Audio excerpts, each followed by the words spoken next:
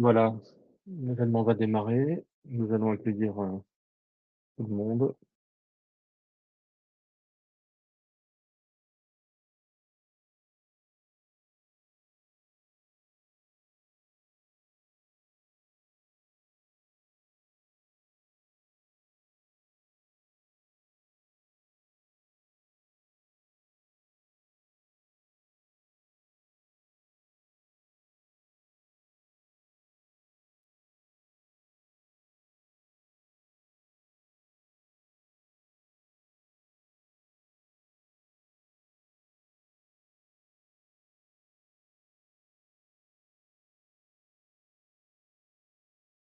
Nous avons déjà, 8 personnes connectées.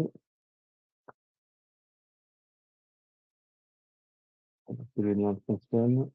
Je vais attendre les suivants.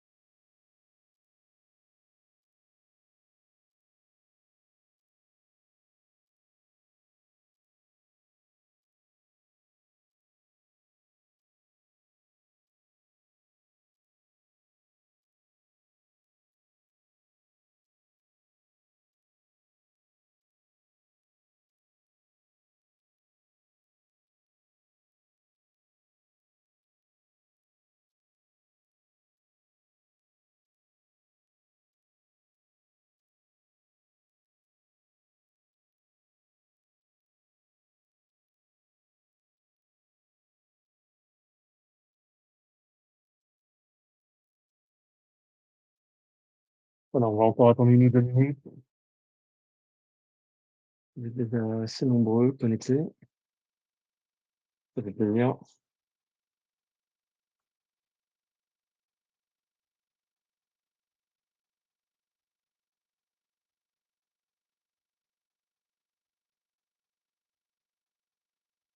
Peut-être avant qu'on démarre, est-ce que vous pouvez me confirmer que vous m'entendez correctement, que le son est bon? Il y a normalement un chat, hein, pour intervenir.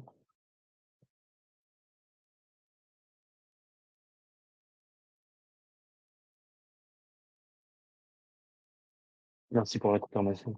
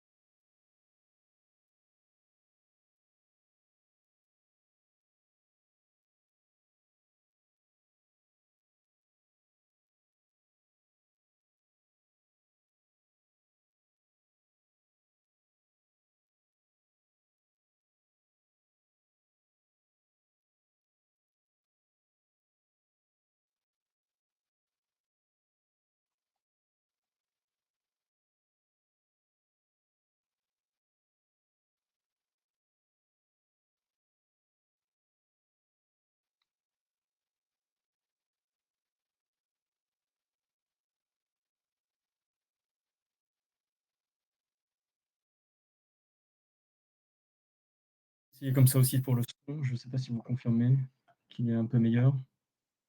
N'hésitez pas à me le dire.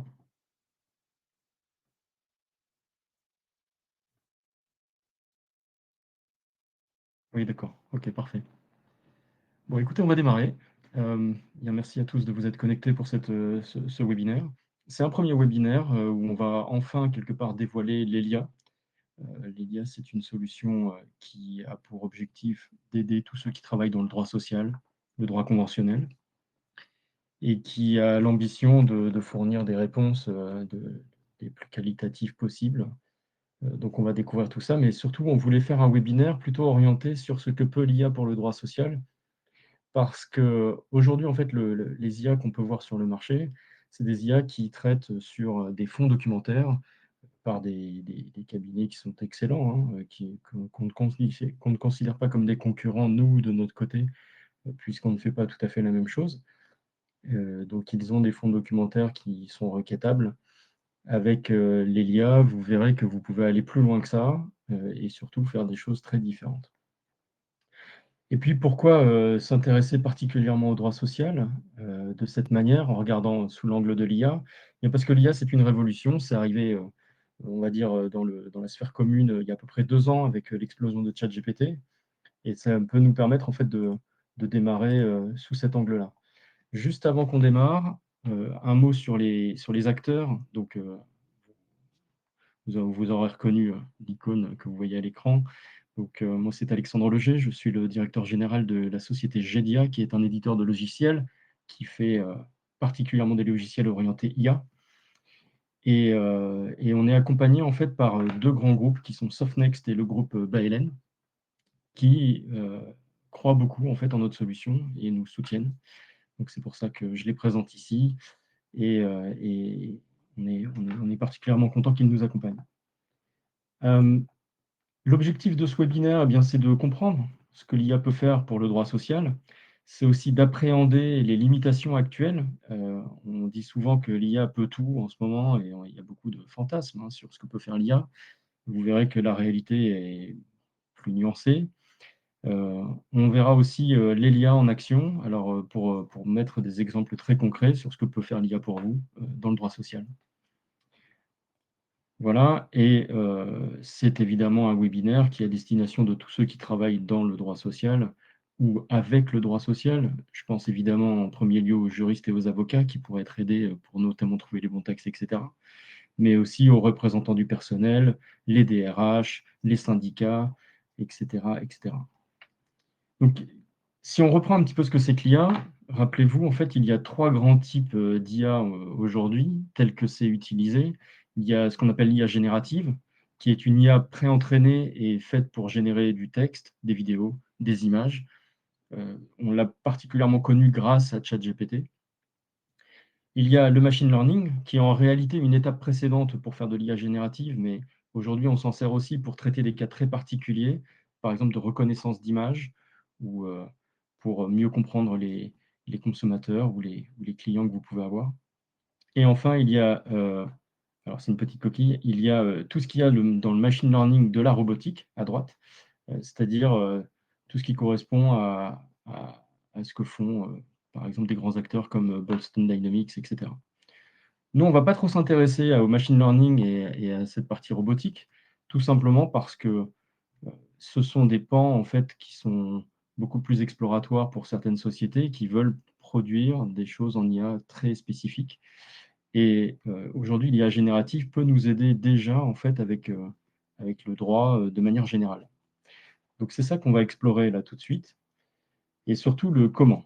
Voilà, on est déjà au cœur, en fait, de ce que l'IA peut apporter, en fait, au droit social. Alors c'est simple, hein, c'est qu'il y a une actualité du droit avec, des publications qui sont faites tout le temps, au journal officiel, au bulletin officiel, et l'IA peut vous aider déjà à résumer et trier cette actualité en vous donnant tous les bons liens pour aller chercher l'information la plus à jour, et puis être au courant, bien sûr, faire votre veille, juridique. La deuxième chose, c'est de trouver les bons textes de loi. Ça paraît assez évident, mais dans un corpus de textes de loi qui est aujourd'hui dantesque en France, on le verra, on a quelques chiffres sur le nombre de textes qu'il faut absorber pour pouvoir faire fonctionner correctement une IA dans le droit. On peut se dire que trouver le bon texte n'est pas toujours facile, et dans ces cas-là, une IA peut vous y aider. Expliquer et vulgariser les contenus, troisième cas d'usage. Souvent, le droit est quand même assez abscon, surtout pour ceux qui ne sont pas des professionnels du droit social. Je pense que les juristes et les avocats, en fait, sont très rompus à ce type d'écriture. Maintenant, quand on est un représentant syndical, ou un représentant du personnel, parfois, c'est un peu plus abscon. On peut aussi trouver le texte le mieux disant grâce à une IA. Quand on est capable de traiter des volumes, gigantesques d'informations, et qu'on a des textes parfois qui se contredisent ou qui se complètent, comme ça peut être le cas entre la convention collective et le code du travail, eh bien c'est intéressant de savoir lequel, est mieux disant, c'est-à-dire celui qui va être appliqué dans le cadre d'un salarié ou dans un contexte particulier. Heu, 5e cas d'usage, détailler le calcul pour des indemnités. Alors pour des indemnités ou pour tout un tas d'autres choses, hein, pour, calculer des durées, pour, et cetera. Mais, c'est pas toujours simple de comprendre comment les calculs sont faits et une IA peut nous aider en fait à nous y retrouver en présentant les calculs de manière beaucoup plus simple et puis expliquer. Et enfin, 6e cas d'usage, c'est analyser une situation particulière, c'est-à-dire que vous avez un cas qui vous est proposé par un client, par un de vos collègues ou que sais-je, et vous voulez, analyser, son cas spécifiquement en donnant à l'IA toutes les conditions dans lesquelles il est et cela permet, eh bien, d'avoir, une réponse adaptée et spécifique. Heu, voilà. Bon et bien sûr, il y a pas mal d'autres cas d'usage qui vont venir, à l'avenir, hein, comme, par exemple, commencer à rédiger automatiquement des lettres, ou des courriers ou tout ce que vous pourriez avoir envie de générer par la suite et ça de manière de plus en plus automatisée et rapide. Aujourd'hui, on n'en est pas là. Déjà, les 6 cas d'usage au-dessus sont, des bons cas d'usage à faire progresser pour avoir quelque chose de correct. Et voilà, dans un premier temps, ce qu'on pourrait imaginer, que l'IA générative fasse pour vous dans le cadre du droit social. Maintenant, pourquoi est-ce que c'est si compliqué? Parce qu'on l'a dit tout à l'heure, on a quelques acteurs qui sont quand même assez grands sur le marché, qui publient des revues tous les mois, toutes les semaines parfois, et pourtant, en fait, c'est très compliqué aujourd'hui d'entraîner une IA en droit social. Donc nous, on a mis le doigt sur 4 des raisons. La 1re, c'est qu'il y a des sources, qui sont diverses et il y en a beaucoup qui sont peu fiables aujourd'hui et par peu fiables, on entend qu'elles ne sont pas forcément parfaitement structurées et parfaitement utilisables par, n'importe quel programme et une IA en particulier. Donc aujourd'hui, c'est très compliqué de s'appuyer sur les sources qui existent. La 2e, même si l'État a fait un effort, considérable, notamment avec, les API qu'ils mettent à disposition, mais c'est encore insuffisant aujourd'hui, il faut le savoir. Donc il y a un travail d'une entreprise qui souhaiterait, se mettre là-dedans, sur les sources. Le 2e gros problème, c'est le volume. Il y a des centaines de milliers de textes et d'articles, qui sont concernés. Or, aujourd'hui, ce qu'on appelle, l'IA connectée à des documents, c'est-à-dire ce qu'on appelle le RAG, est capable de vraiment bien fonctionner avec, allez, maximum 1000 documents et quand on dépasse les 1000 documents, il faut commencer à être un petit peu astucieux pour réussir à faire fonctionner tel qu'on le souhaite, le RAG. Or, aujourd'hui, avec un volume de plusieurs centaines de milliers de textes et d'articles, c'est pas astucieux qu'il faut être, c'est particulièrement malin. 3e chose, c'est la complexité, c'est-à-dire que les articles de loi et ça, je pense que tous ceux qui sont présents à ce webinaire l'attesteront, ils sont imbriqués, intriqués, et puis même parfois, pas très faciles à interpréter. Donc, quand un humain a déjà du mal à comprendre le contenu et à l'ingérer, imaginez pour une IA d'être capable de comprendre, bah, tous les liens qu'il peut y avoir entre, les différents articles et aussi ce qu'il y a écrit entre les lignes. Très compliqué. Et enfin, la diversité, c'est, plutôt, sur la nature des questions qui peuvent être posées, parce qu'on peut avoir des questions de nature et de contexte très, très différents et dans un cas très particulier, en fait, les lois ne s'appliquent pas toujours de la même manière. Donc c'est une 4e source de complexité, heu, aujourd'hui pour entraîner une IA en droit social et c'est d'ailleurs pour ça qu'aujourd'hui, en France en tout cas, il n'y a pas d'acteur qui s'est clairement positionné sur les réponses en droit social parce que c'est très complexe à faire. Voilà. Si on revient un tout petit peu sur les éléments de volume et de complexité, c'est juste pour illustrer en fait parmi les quelques travaux qu'on a fait et ça permet de vous donner un petit peu de matière. En fait, en termes de texte, on a quand même 76 codes en France, 76 codes qui sont pour, la plupart, très, très, très costauds, hein. Le code du travail, c'est un peu plus de 5000 pages et il y a beaucoup de codes qui sont comme ça. Il y a toutes les conventions collectives, il y en a 628 officielles, il y en a que 616 appliquées et puis, en réalité, il y en a un tout petit peu plus de 400 qui sont vraiment utilisés par un grand nombre d'entreprises. Il y a tous les accords de branche, les accords d'entreprise et quand on commence à arriver dans ces chiffres-là, là, les 300 000 accords d'entreprise, les 600 000 en jurisprudence judiciaire et cetera, eh bien, on se retrouve face à un volume très important, de données à absorber, à ingérer et c'est là où la difficulté est.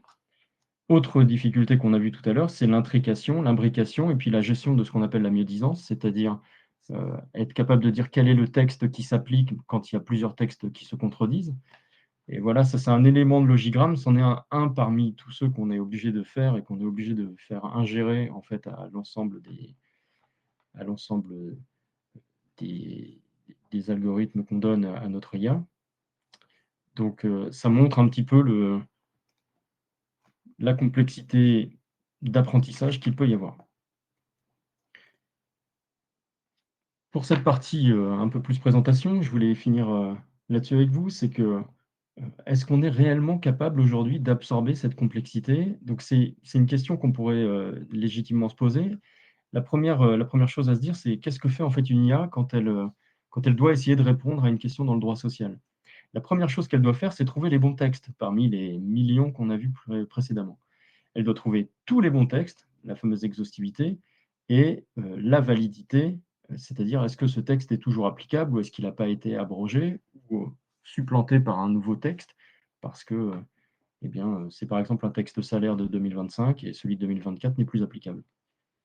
Ensuite, l'IA doit l'interpréter, c'est-à-dire comprendre ce qu'il y a à l'intérieur et puis en tirer la substantifique moelle.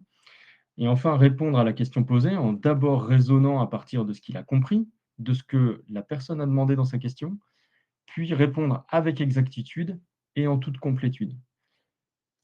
Donc là, vous le voyez, on a essayé d'estimer là où on en est en fait avec l'Elia.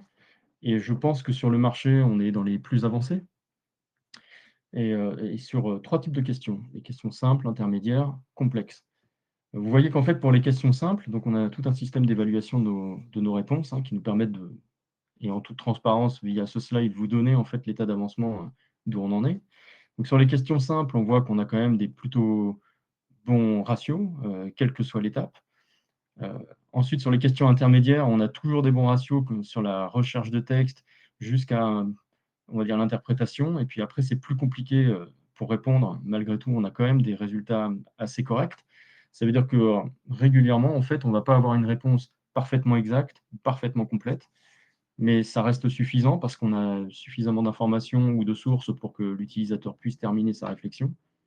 Et dans le cas des questions très complexes qui font intervenir plusieurs textes en même temps, qui ont plusieurs imbrications à l'intérieur ou qui font appel à plusieurs annexes, etc., là, ça devient plus compliqué. Trouver l'exhaustivité est plus difficile. Il y a une marge de progression ici sur laquelle nous continuons de travailler. La validité, par contre, des textes, on arrive toujours plutôt bien à la faire. Sur les 4 dernières étapes de compréhension, de raisonnement, d'exactitude et de complétude, il y a aussi un gros travail à faire pour que comment dire, la réponse soit exacte. Donc, aujourd'hui, la réponse rapide, est-ce qu'on est capable d'absorber cette complexité? C'est oui quand les questions sont simples, voire intermédiaires. C'est oui pour trouver tous les bons textes. Et c'est déjà un énorme gain en fait pour des professionnels qui peuvent passer énormément de temps à trouver le bon texte qui s'applique. Je pense particulièrement aux représentants du personnel, au CSE, au DRH, au RRH, qui peuvent tomber sur des questions où ils ne savent pas forcément très bien répondre, et simplement avoir le texte sous les yeux, ça les aide à aller beaucoup plus vite en fait, à la réponse. Et puis, il y a un travail encore conséquent à faire sur les algorithmes afin d'améliorer la qualité des réponses sur les questions complexes. À ça, on pourrait opposer la question de la rapidité. Sur la rapidité, on peut se dire qu'en fait, on va beaucoup plus vite, mais on répond moins bien. Mais ce n'est pas forcément l'orientation chez, que l'équipe qui produit l'ELIA a prise, tout simplement parce qu'on considère que dans le droit, la réponse exacte est plus importante que la rapidité de la réponse. Donc voilà, donc c'était ce qu'on voulait vous partager en premier lieu. Et ce que je vous propose, c'est que maintenant, on passe à la phase de démonstration de l'ELIA, qui est donc le portail développé par la société GEDIA, donc, comme vous pouvez le voir sur le logo. Donc ça, c'est notre portail d'accueil. Ensuite, on peut se connecter. Il y a deux manières de se connecter, soit en ayant un compte personnel, soit en vous connectant via un de nos partenaires qui utilise l'ELIA en marque blanche, comme notre partenaire, notre premier partenaire, Cogilog, qui a souhaité eh bien, intégrer à son offre l'ELIA. Donc si vous êtes aujourd'hui un expert comptable qui utilise les solutions de paye de Cogilog, vous pouvez y accéder il y a une période gratuite pour l'essai et ensuite, c'est avec Cogilog qu'il faut voir pour l'abonnement récurrent. Donc là, on tombe sur le portail d'accueil où on trouve déjà beaucoup d'informations. Donc déjà un petit message d'accueil sympathique et puis les actualités. C'est la première chose qu'on va regarder. Donc ici, on trouve toutes les actualités les plus récentes. Vous voyez que les dernières sont arrivées le 28 mai avec des accords, etc. Donc ça, c'est fait automatiquement et bien sûr, ça vous est proposé dès le début, dès que vous vous connectez. Et on retrouve, vous voyez toutes les dernières actualités. On peut accéder aux différents documents. Donc là, je vais cliquer dessus et vous voyez qu'en fait, on atteint le décret, l'arrêté, la circulaire, quelle qu'elle soit, qui contient en fait les modifications qui ont été faites, mais aussi le texte lui-même, avec l'accord ici par exemple, qui nous permet bien d'y voir ce qui a été exactement adopté. On retrouve aussi un petit résumé par IA, classé par famille, par thème, que je peux aussi un petit peu réduire dans les différentes options. Ici, par exemple, je peux enlever le résumé en entier. Voilà, ça permet de voir les choses. Vous verrez aussi qu'il y a deux sources d'informations, le journal officiel, le JORF, et le bulletin officiel. J'en cherche un, évidemment, j'en vois pas, sinon c'est trop simple. Voilà, le BOCC ici. Et je peux aussi filtrer sur l'un ou sur l'autre selon qu'on est intéressé par ce qui vient d'être appliqué ou ce qui vient d'être voté. Ensuite, vous voyez qu'il y a aussi la possibilité de filtrer sur les conventions favorites. Donc, si vous en avez déjà sélectionné quelques-unes, je vous montrerai comment on fait ça après, eh bien, vous pouvez filtrer sur uniquement l'actualité des conventions que vous utilisez au quotidien. Un petit mot aussi sur le portail donc, de GEDIA. Il y a une petite FAQ qui est disponible voilà, sur la plateforme, avec pas mal de questions auxquelles on a déjà répondu pour tout le monde.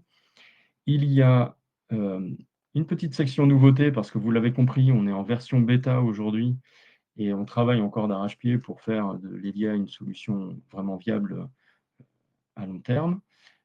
Donc vous voyez qu'il y a beaucoup de choses qui apparaissent régulièrement. On a aussi, bien sûr, les termes et conditions, on est quand même dans un domaine légal, donc on a mis tout ce qu'il fallait pour que cette solution soit avec des termes et conditions qui soient clairs pour tout le monde et que vous puissiez naviguer dessus en toute sécurité. D'ailleurs, à propos de la sécurité, GEDIA travaille avec des entreprises françaises d'hébergement et toutes vos données en fait, sont confidentielles et sécurisées sur nos serveurs. Pour plus de détails, on pourra un jour faire un webinaire vraiment spécifique là-dessus parce que c'est quelque chose qui est dans notre ADN de faire des choses sécurisées. Ensuite, on va commencer à regarder un petit peu les conventions. Donc, vous voyez que là, il y a ici une liste des conventions collectives auxquelles vous avez accès. Donc, il y en a une longue liste, puisqu'on a en tout, avec les premières sources qu'on a réussi à travailler, on est capable d'en intégrer 247, parmi les plus utilisés du marché, en l'occurrence.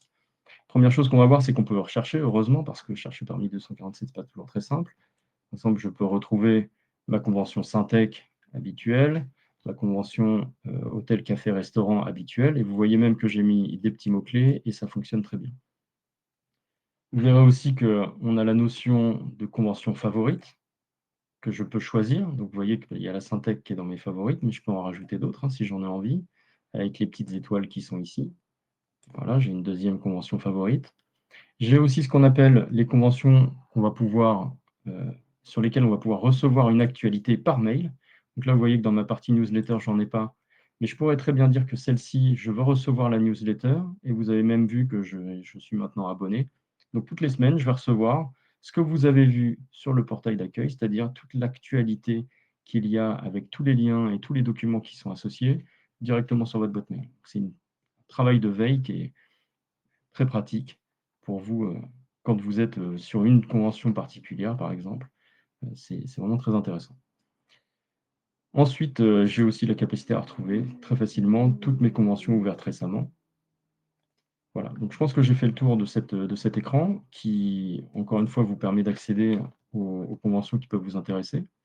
Maintenant, on va rentrer dans une convention en particulier, la convention Syntec.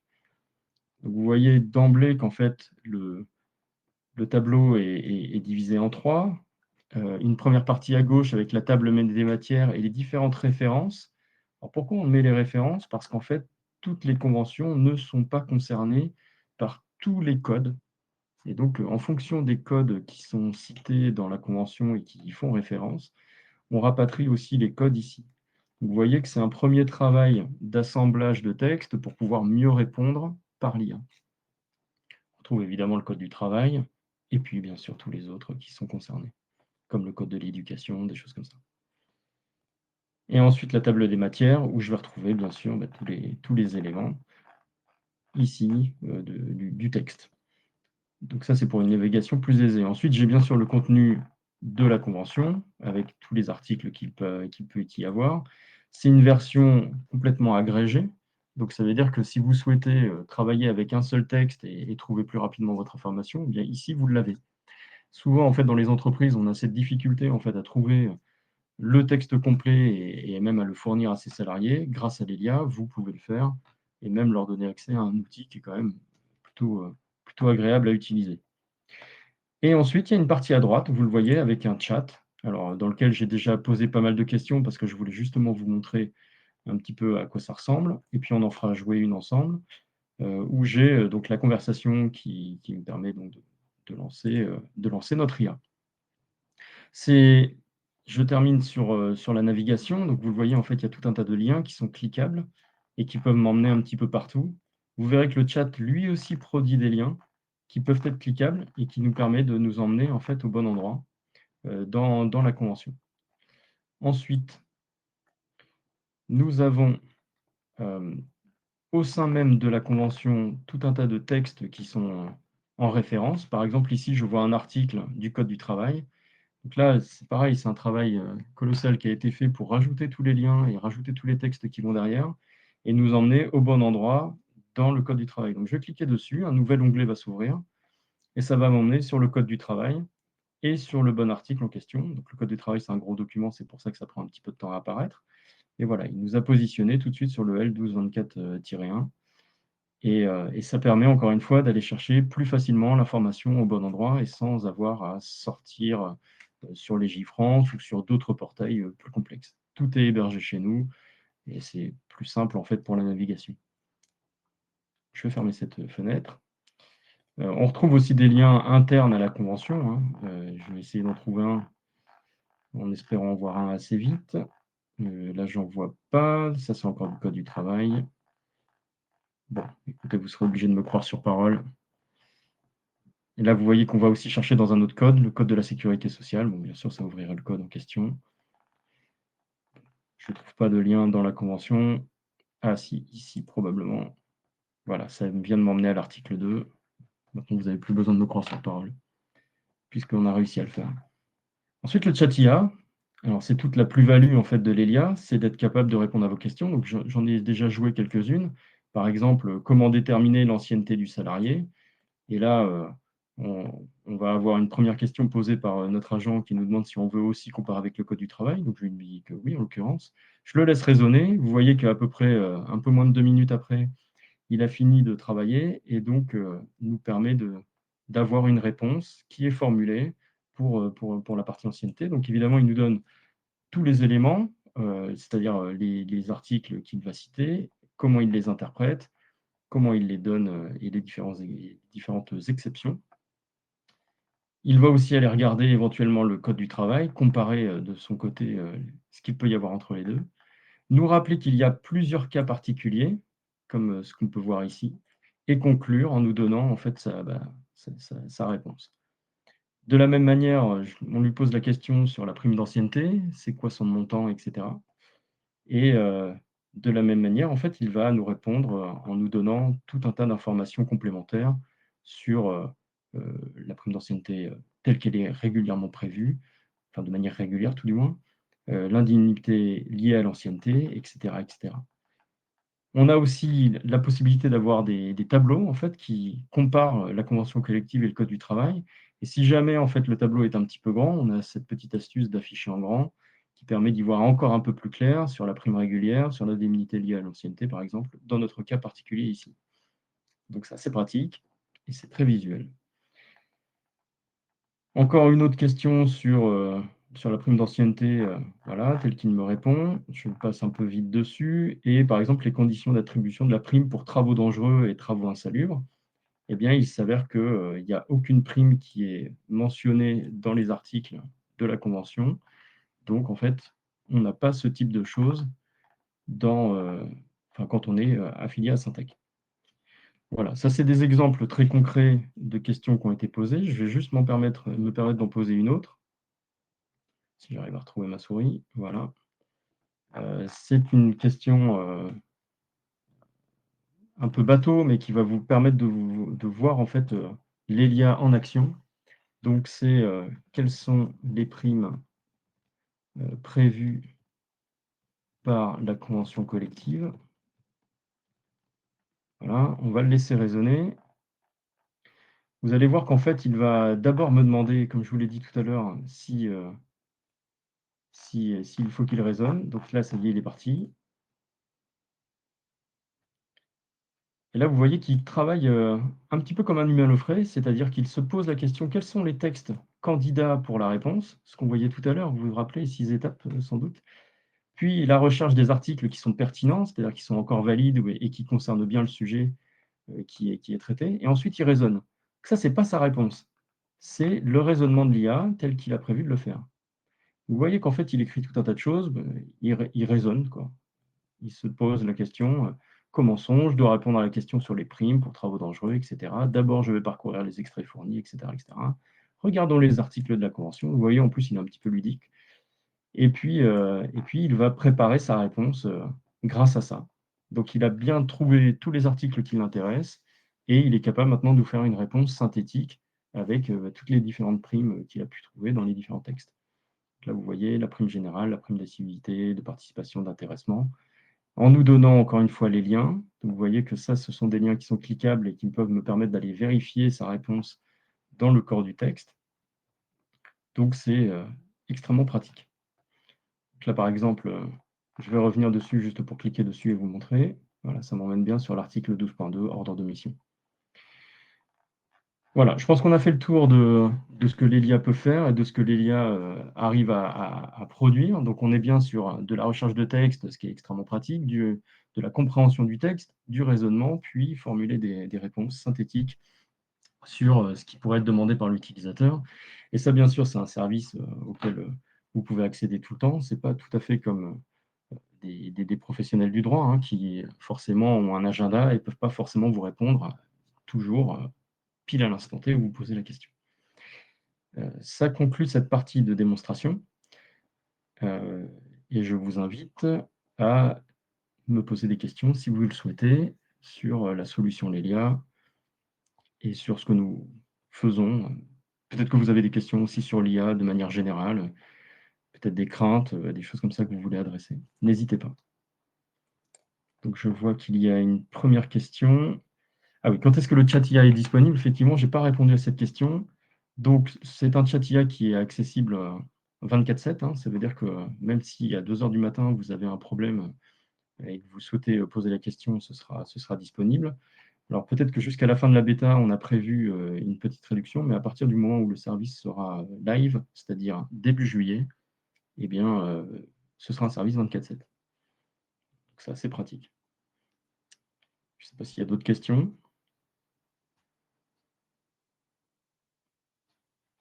Vous avez dit que vous êtes encore en bêta. Pour combien de temps et qu'espérez-vous à l'issue de la bêta? Bah, écoutez, oui, effectivement, on est en bêta. Donc ça veut dire que ce qu'on vous montre, en fait, c'est du très early stage, dans le sens où il y a encore des développements en cours. Donc c'est une bêta qu'on veut faire, jusqu'à la fin du mois de juin. Normalement, tous les développements, en cours, qui nous permettront d'avoir ce qu'on appelle notre MVP. Et à l'issue de la bêta, on veut avoir une solution fonctionnelle suffisante, telle que vous la voyez sous vos yeux, avec une qualité de réponse qui est satisfaisante pour l'ensemble des utilisateurs. Après, on a encore une longue liste de choses que l'on veut faire dessus, hein. C'est d'ailleurs assez passionnant de regarder tout ce qu'on peut faire aujourd'hui comme amélioration, et on aura à cœur de les emmener petit à petit. Voilà. Est-ce qu'il y a d'autres questions?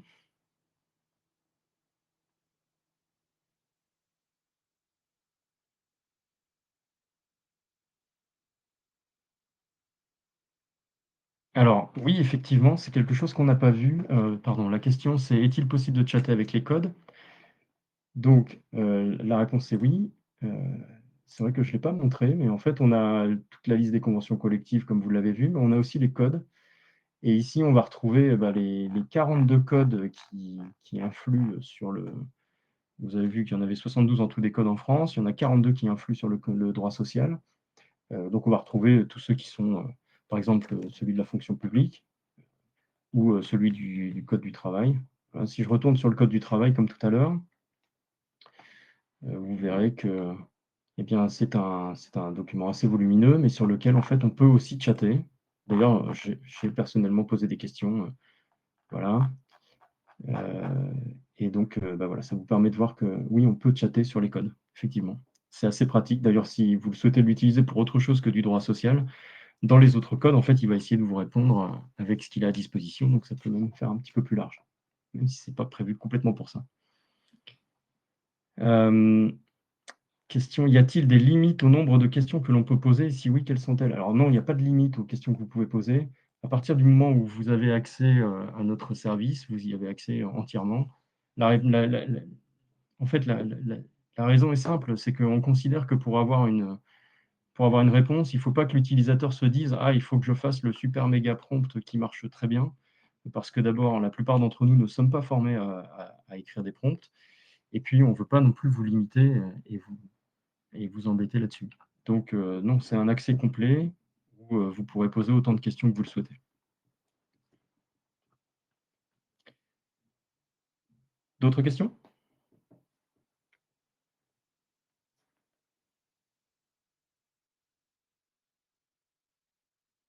J'ai l'impression qu'il n'y en a plus.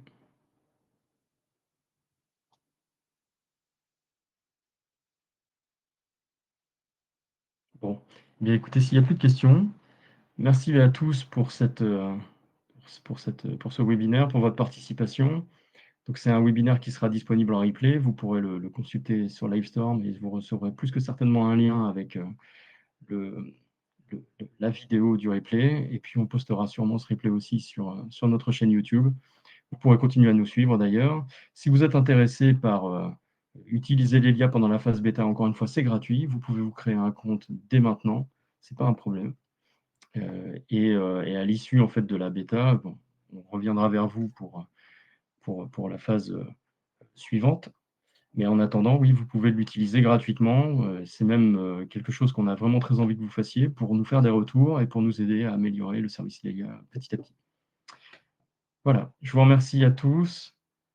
Très bonne continuation et à bientôt.